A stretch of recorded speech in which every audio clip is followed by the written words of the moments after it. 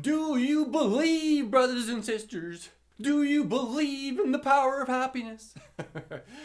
Can you really believe that you can be happier? It is a fundamental challenge. I think people, especially grown adults, kind of have become accustomed to whatever their level of subjective well-being that they feel, and they don't always believe that they can be a whole lot happier. Life is what it is.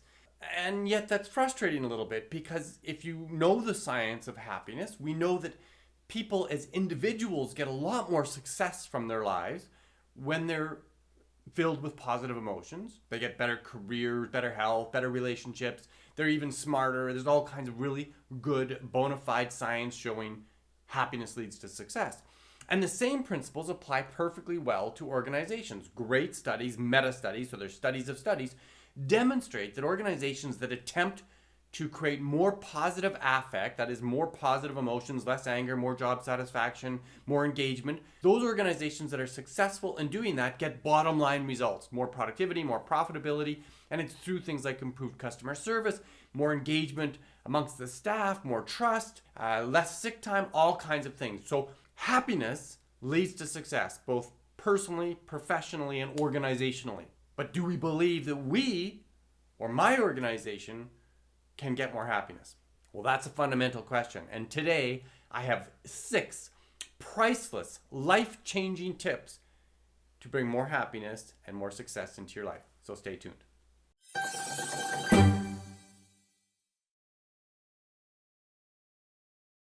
As a coach, public speaker, and best-selling author, I teach topics just like this one all around the world. So stay tuned, and I'll give you practical tools that you can use to make both yourself and those around you both happier and more successful. So the people who do this work, who do the positive psychology research, often have funny labels, and what they call happiness is often subjective well-being, this personalized, individualized experience of whether I am well or not. And if I say, yes, I have a lot of subjective well-being, in layman's terms, we say that person believes that they're happy. And then you can even research that shows that people who believe they're happy, if you verify that with friends and coworkers, it turns out that more often than not, these self-assessments are accurate. So subjective well-being is what we're after. And the question has often been, are we stuck with whatever level of personal happiness, subjective well-being that is just present in our everyday lives? And the answer is most certainly that we can learn to be happier, that the interventions that positive psychology has learned work, that people can increase their levels of happiness and therefore get more success and more professional attainment. But if you have no belief and you take no action, you make no investments in growing your personal happiness, guess what? You won't be happier and you won't get some of that success that you want. And often people kind of, in a wishful thinking way, just want to wait for circumstances to change. You know, when I get that promotion, or if I win the lottery, or if I get married and find the right man or woman, or you know, if I move to the new city, or if I could just have a bigger apartment, or you know, whatever those circumstances we're looking for, that if those were to change, then I'll be happy. And then, you know, if I follow the signs, then I might get more success in my life. But unfortunately, that is very unlikely to take place. The science shows really clearly that our external circumstances of our life have relatively little impact in terms of our overall levels of happiness. There's a principle called hedonic adaptation. This is the idea that when I win the lottery, I get an increased spike in happiness, and then the science shows, research shows, about 2 years later, I'm back to my original level of happiness. And the same is true if I become paralyzed. Well, it's totally depressing and feels like my life is ruined, and yet 2 years later I'm back to my previous levels of personal happiness. So the circumstances external to ourselves do not make a long-term difference in our happiness. So do not count on that. Getting rich doesn't make a long-term difference. Getting the corner office, achieving greater status, the house in the suburbs with the 2.2 kids and the white picket fence will not make you happier in the long run. Instead, we have to take responsibility for our own cognitive and behavioral actions that make us happier. And there's a lot I could say about that. But for today, to be practical and concrete, I have 6 real, scientifically proven tips to make your life more successful via increasing the positive emotions in your life. Remember, it's just the cumulative sum of your experiences. So as you increase the experiences, not the circumstances that you adapt to, not the genetic heritage that you were born with.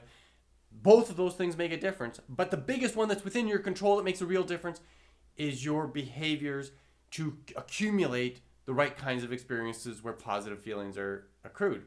And here are 6 tips. The first one is contemplate your best self. Super easy. Sit down with a piece of paper and say, 5 years from now, my best life would look like, and then write it out. And it can be a bit of a fantasy. It doesn't have to be 100% accurate, but keep it in the realm of possible. I'm not going to grow wings and fly, but I'm going to get a job promotion, improve my relationship with my spouse, blah, blah, blah.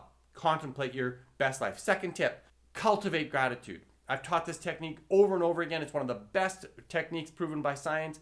Every single day, at the same time, write down 3 things that you're grateful for. 3 things that have gone well from your past 24 hours. It's that simple. Every day I contemplate what went well in the past 24 hours and I write them down. The science is not that just this will make us feel good in that moment, but it'll train our brain to be looking for things to include on this list. Make sense?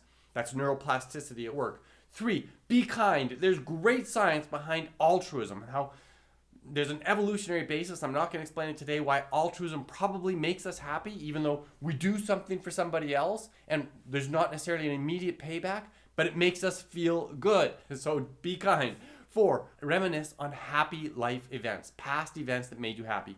A great technique for this is to bring up your photo album and have it play on your computer on the screensaver so that you're frequently reminded of past events in your life, people, times, experiences, things you did that made you feel great. Bring those up. You can also formally bring this into your calendar, and I suggest you might do it as soon as you're finished watching this video. Schedule a time, sometime this week, a half hour or so, where you're going to intentionally reminisce about past happy experiences. Number 5, savor.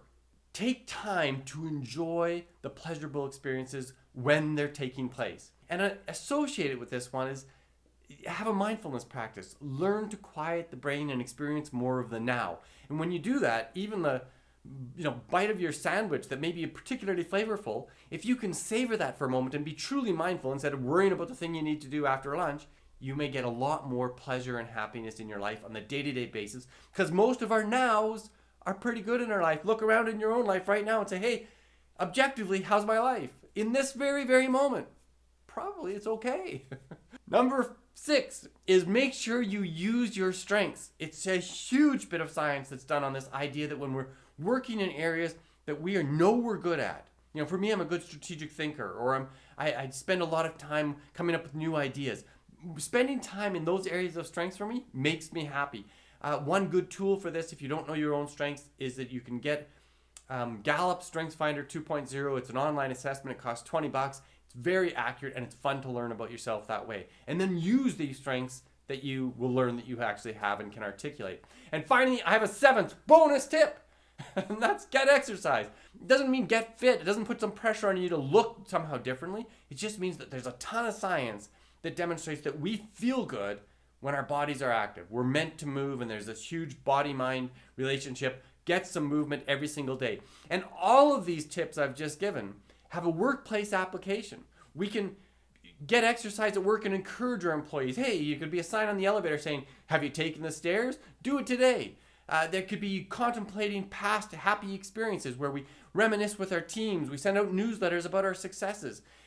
There's all kinds of encouragements that we could have for being kind, being altruistic in our organizations. All of these things appeal just as well in our professional lives as they do in our personal lives. There you have it. You want to be happier? Learn the techniques, apply them in your life, and you will get not only happier, but more success. Thanks for watching. If you like this kind of content, click the like button, share it with your friends and family, and maybe even your HR director. Until next time, I'm Paul Krismer. I'm your happiness expert.